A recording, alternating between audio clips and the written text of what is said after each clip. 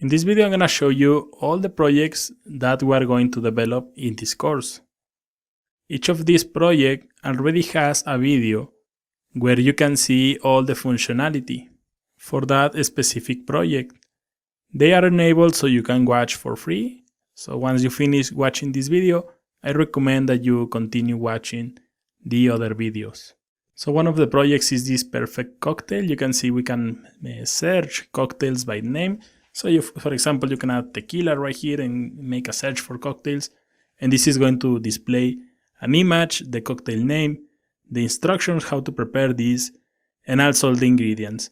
One of the really nice features about this project is that if you click on this button that says plus sign, this is going to add this into the favorites.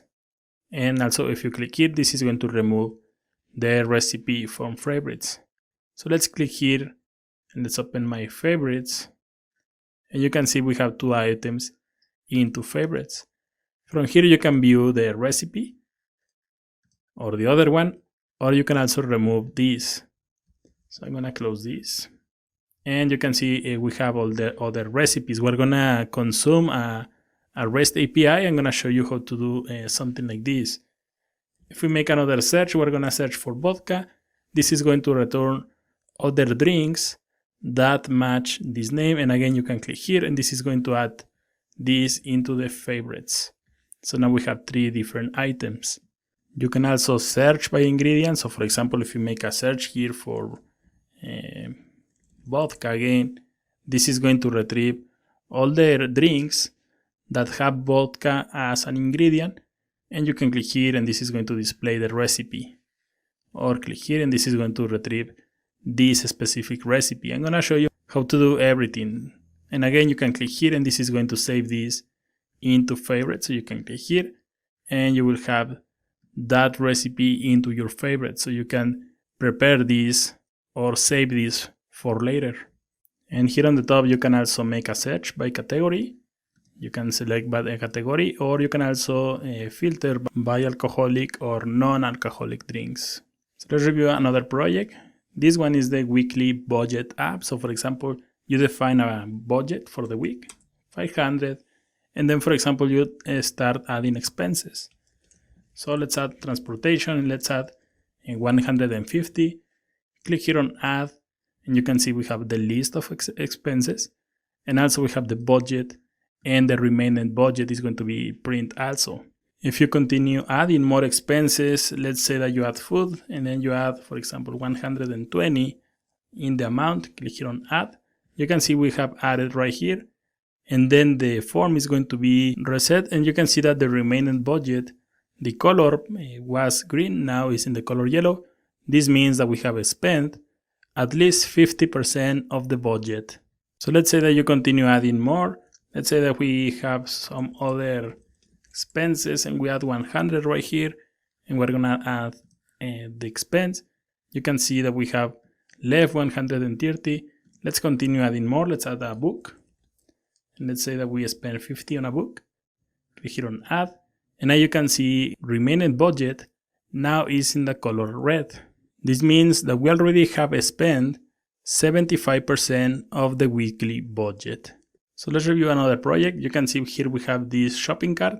Here we have already some items in the shopping cart. I'm going to remove this and reload. And you can see we get rid of this. So we're going to have this online courses project. And you can click here and add some items into the shopping cart. And they are going to be right here. These are going to be saved into the local storage. If the user comes back 3 days later, the items are going to be saved into the local storage. From here, the visitor can remove the items from the storage and also from the cart, or they can clear the cart contents. A really nice project where you are going to learn DOM scripting and also local storage. So let's review another project. You can see we have this name generator. We are going to develop this project. There are some persons, for example, that are expecting a baby and they are looking for a name. So for example, you can create the name by the country. So for example, let's say that the person wants to name his baby, for example, with a name from France. And also they can filter if they are expecting a baby boy or a baby girl, for example. Let's select female right here. And then you can select the amount of names that you want to see. So for example, let's say 50. Then we click here on generate, and this is going to generate a list of names from France that are names for female, and it's going to print 15. And let's say that you want to change, for example, to Colombia. Click here on generate, and this is going to generate other 15 names from Colombia for female that they can use to name his baby. So let's see another project. This is going to be a local storage. So for example, we have a tweet. Let's say that we have something like learning JavaScript. And then you're going to have this button that says save tweet. You can see we have tweet added. Click here on OK. And this is going to be saved into the local storage. So this is going to be another project where we are going to practice DOM scripting, these form submissions, and also local storage. So we can add another one. This course is 100% JavaScript without frameworks. And click here on save tweet. You can see we have tweet added. Click here on OK. And now you can see we have 2 items. If you reload these tweets will continue being visible because they are saved into the local storage. If you want to remove one of these, you can click here on this X, and this is going to remove the tweet from the local storage. So let's review another project. You can see we have car insurance quote online. So for example, you can select here from 3 different makes. We have American, Asian, and European. So let's select American, and then we can select the year of the car. So for example, 2080, and then you can select the level of protection, basic or complete. So we're going to select basic. Click here on get quote, and this is going to simulate that we are doing some calculations, and then we're going to print a summary. You can see we have make, we have year, basic, and the total. So based on the input in the form by the user, this value, the total, is going to change. So for example, if you change to complete, get quote,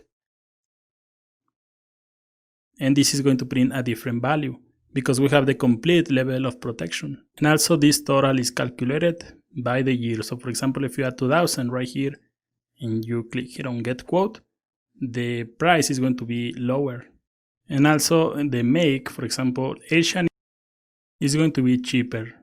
So you can see we have a lower value. And finally, the European is going to be the most expensive insurance. So let's click here on get quote, and you can see the price is higher. So this project is going to calculate these prices based on the make, the year, and also the level of protection. We are going to write this algorithm in this course. So let's review another project. This is going to be events in your city. We're going to use the Eventbrite API, and we're going to display some events that are happening in our city, or we can also make the search by name. So let's say that you are traveling to Los Angeles, for example, Los Angeles, and then you want to assist to an event, and you can filter also by category. So for example, we have music. You can click here on music and then click on search, and this is going to display the events that are related to music in Los Angeles. So it's going to be like this, and then you can go back, for example, and make a search, for example, food and drinks search, and this is going to clean the previous result and it's going to print the new results. So you can see now we have different results that are matched in the food and drink category. You can also, for example, make a search for business professional, and this is going to be the results. So a really nice project. We're going to use the Eventbrite API. I'm going to show you how to do everything. So let's review another project. This is going to be an image simulator. So here on the first field, if you leave this empty, you can see we have this red line. So we're going to validate the input fields from this form. In order to pass this validation, you have to provide a valid email address. Something like this will work. You can see now this is green. Then in the subject, you need to add something like hello. We're going to have this button that is going to reset the email. So you can click here, and this is going to remove everything. So we can start again. Mail.com, hello. And once we are in the message and you add something, you can see that the send button is going to be enabled. From here we can send the email, and of course this is going to simulate that we are sending something. So we're going to click here on send. You can see we have this GIF. It's going to load, And then we're going to have this GIF that is telling us that the email was delivered. And then the form is going to be reset. Another really nice project where you are going to learn DOM scripting and also how to validate input fields. Finally, this is going to be another project, a cryptocurrency rates calculator. In this project, we can get the price of 100 cryptocurrencies. So let's say, for example, you want to check in United States dollars the value of Bitcoin. Get valuation, and this is going to load, and it's going to retrieve the current value of the Bitcoin in United States dollars. You can see we're going to print the result right here, the price. And then we're going to have some other information, some useful information. For example, in the last hour, the value has increased 1.65% in the last day and in the last 7 days.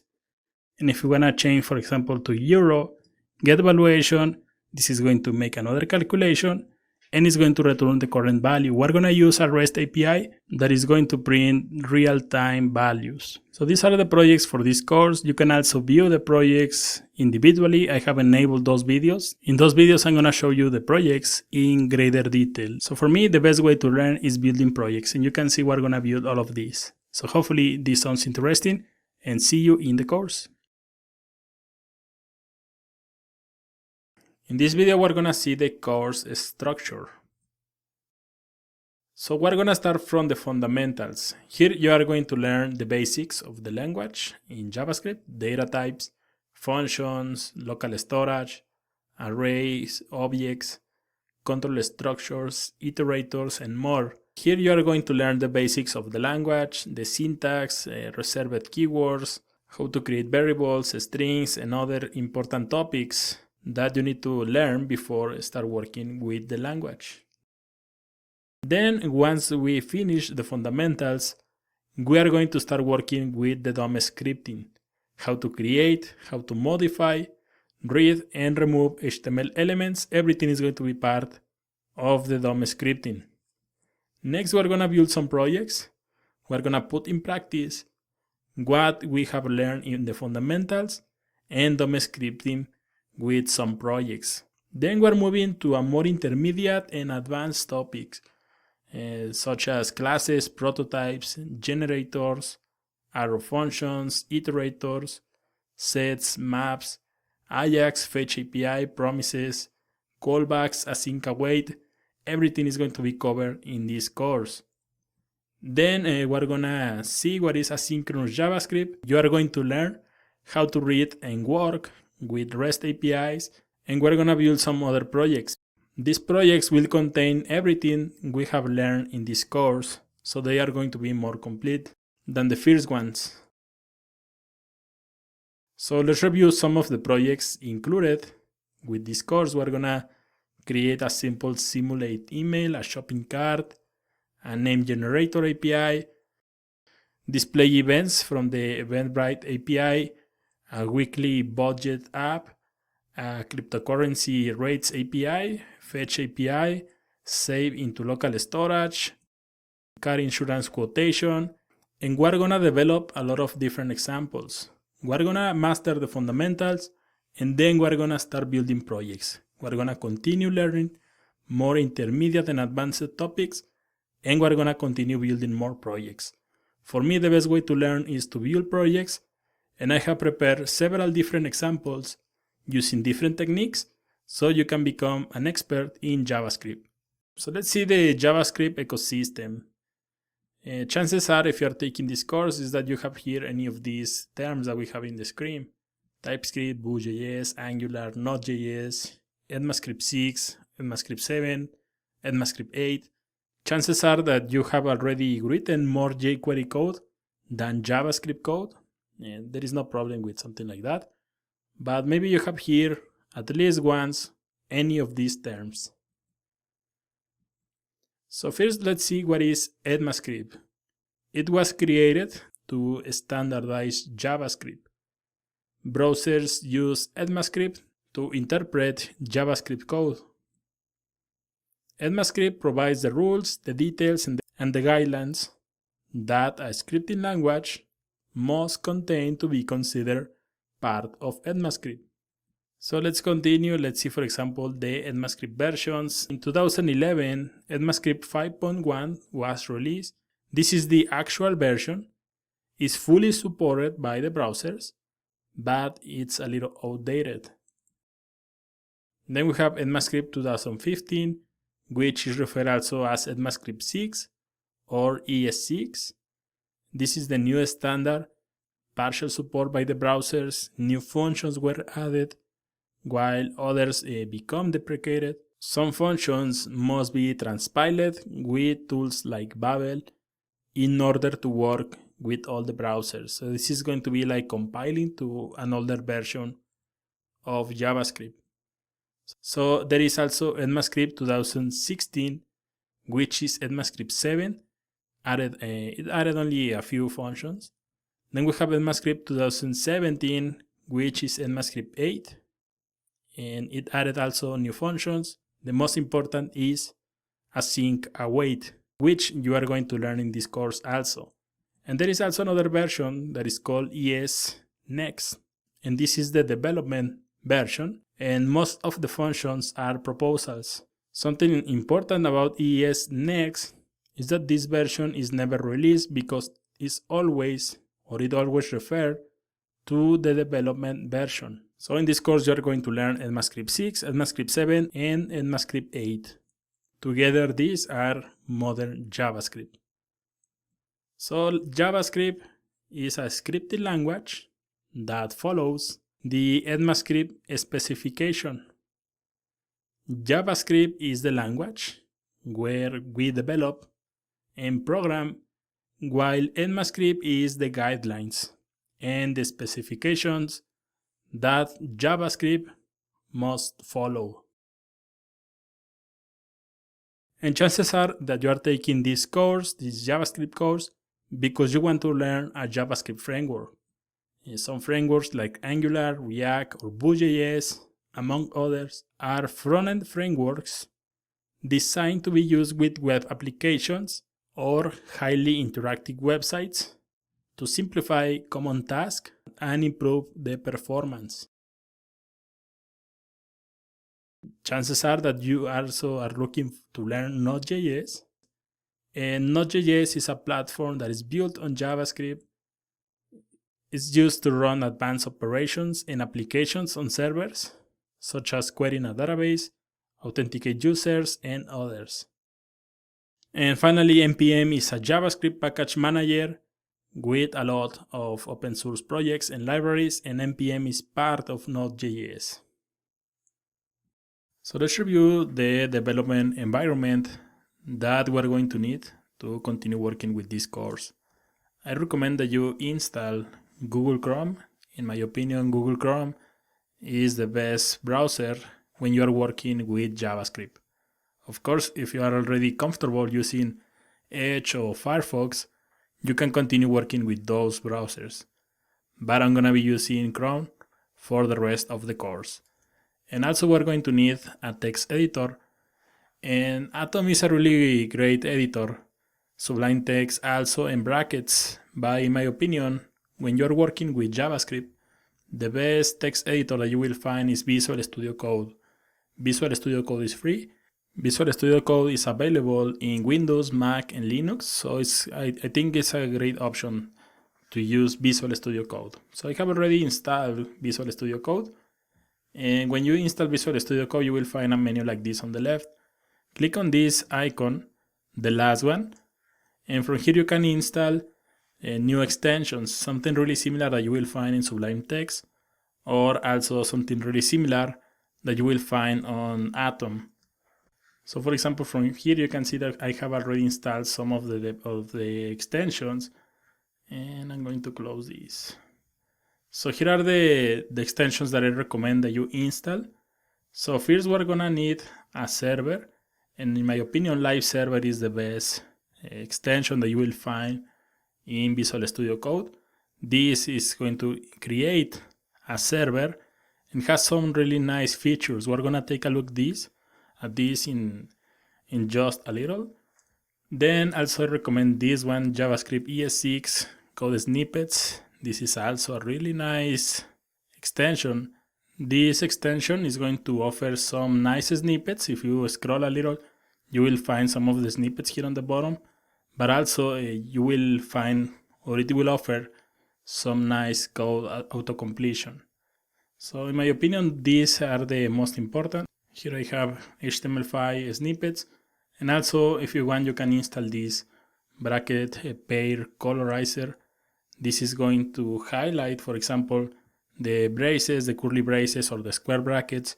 Is going to add different colors. So for example, if you open an if statement, the parentheses are going to be in the same color. Then if you open the curly braces, it's going to highlight them in different colors. So this is going to be really helpful, especially since we're going to write a lot of code through the course. So in my opinion, these are the extensions that I recommend. The most important is going to be Live Server. Make sure that you install Live Server. If Visual Studio Code sends you a message that it needs to restart the editor, then start again. And for example, if I close this, everything from here, we're gonna create the folder. We're gonna open a new folder right here, and I'm gonna call this one Learning.js, something like that. And we're gonna use this to start working with JavaScript. We're gonna learn all the fundamentals in this folder. So then I'm gonna open this in Visual Studio Code. Click and drag this to the editor, and this is going to open a new window. So I'm gonna make this a little bigger, and here you can see we have Learning.js. In Visual Studio Code, you can create a new file clicking on this first icon, and I'm gonna name this index.html. Then since we're using Visual Studio Code, this already has Emmet, which is a really nice tool to write HTML. So for example, you can create the basic HTML5 structure just by adding the exclamation mark and hitting tab. So basically, Emmet is going to allow you to create something like this. For example, a dot in container, and or hit on tab is going to create a div with the class container. You can create other snippets, for example, a UL, and then you can add the greater than, then li by 3, and then you add an anchor, and you click or you hit on tab, and this is going to create an unordered list with 3 list items, and each item is going to have an anchor. So Emmet already comes in Visual Studio Code. You can also install Emmet in Atom or Sublime Text, but you need to install this as a separate extension. So finally, I'm going to add an H1 right here. I'm gonna call this one Learning JavaScript. And if you remember, we installed Learning JavaScript. If you remember, we installed Live Server. So click on the right button of the mouse, and you will find at the bottom Open with Live Server. You can click here, and this is going to open the server with Live Server. One of the really nice features about this Live Server is that you can, for example, I'm gonna make this smaller, and also this one.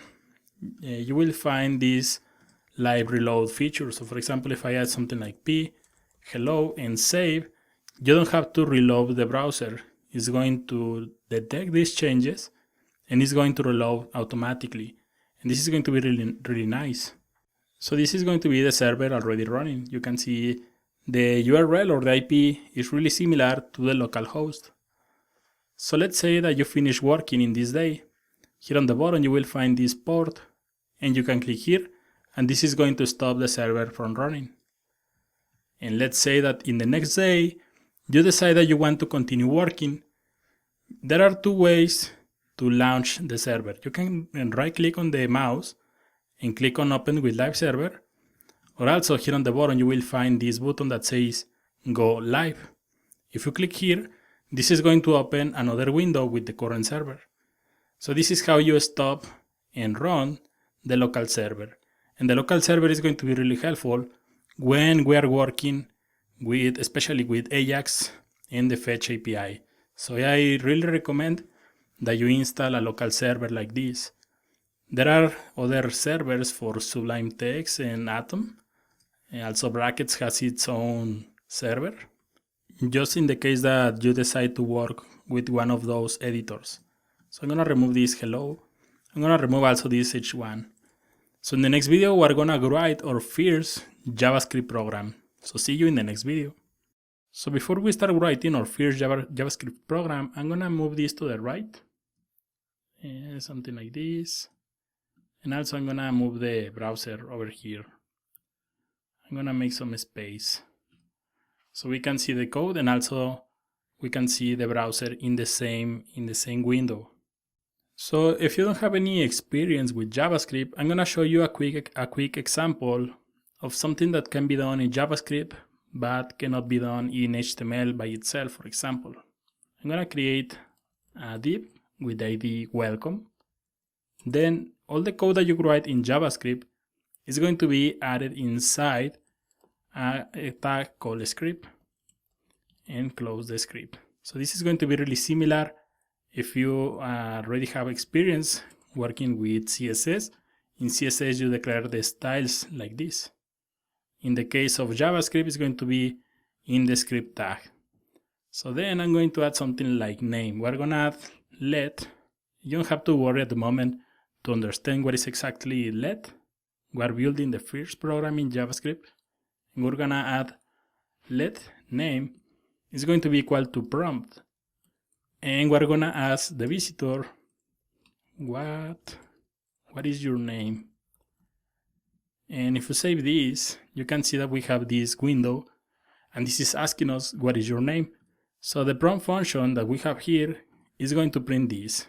And if you're using a different browser, Safari, Edge, or Firefox, chances are that this window may be a little different, but the functionality is going to be the same. It's going to ask a question, and you will have this input where you can write something.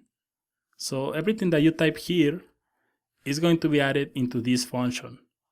And in this example, I want to print this text inside this welcome tag. So we're going to add something like document, and we're going to add something called the get element by ID. This is going to be the way that you select an ID. So for example, we can select this welcome, and we're going to use something called inner HTML. This is going to be a function that is going to select one of these variables. For example, let's say that I type my name here, Juan, and my name is going to be saved into this variable.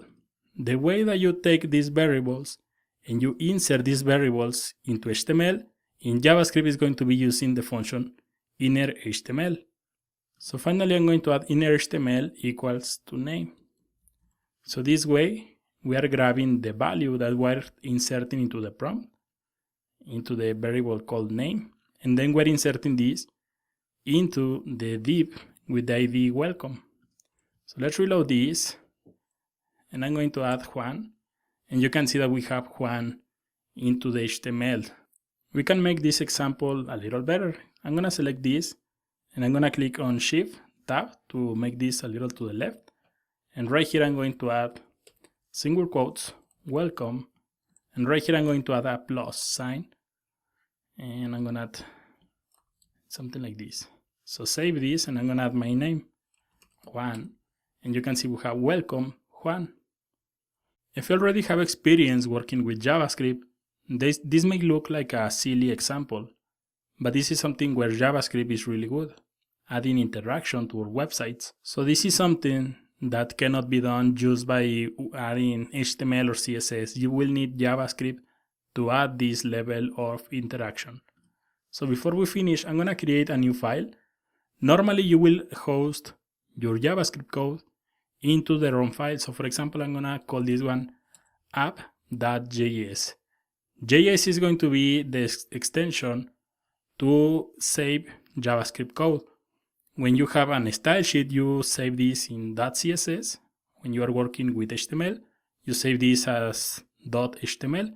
In JavaScript, it's going to be .js. And I'm going to close this. Finally, I'm going to move that code. So we're going to select this, cut, and paste this into the app.js. Then I'm going to open again the index.html.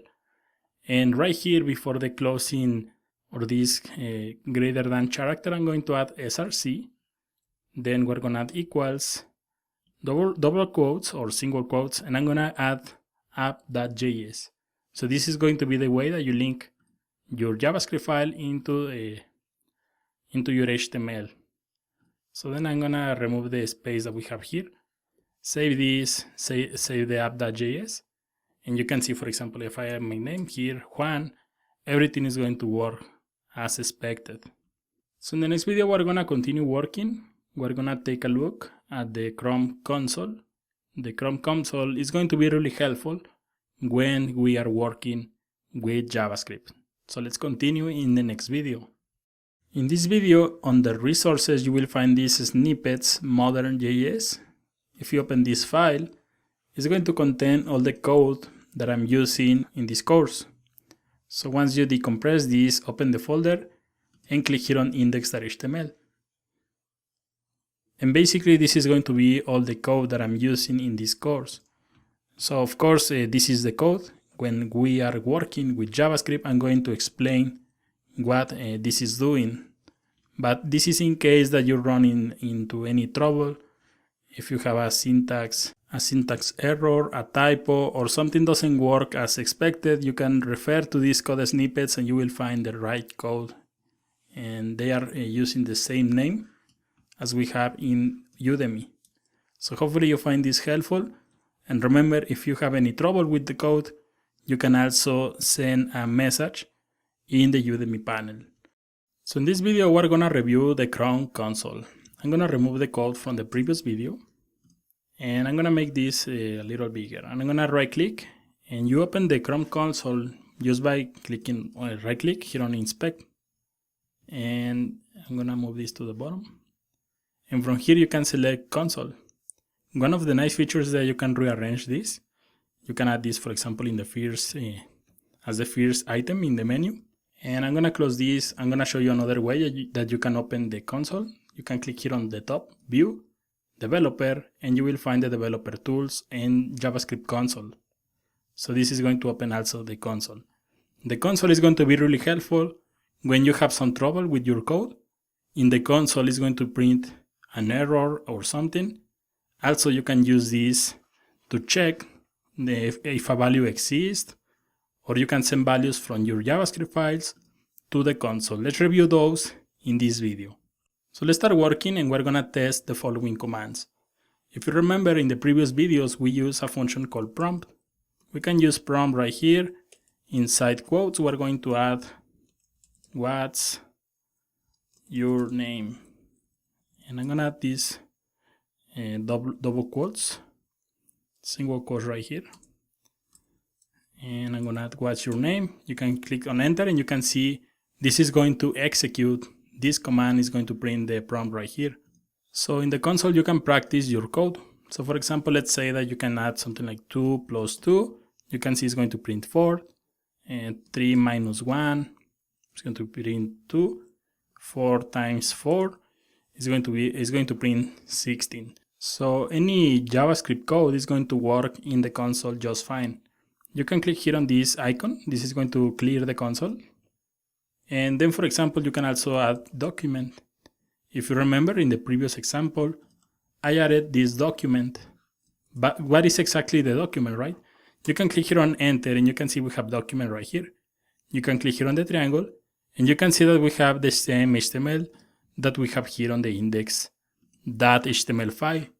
So for example, let's say that I open the body and you can see that here on the bottom we have the script src app.js. So document is the way that you refer to this index.html file. So for example, let's say that we have this welcome and we can add something like welcome. Save this and I'm gonna open again this.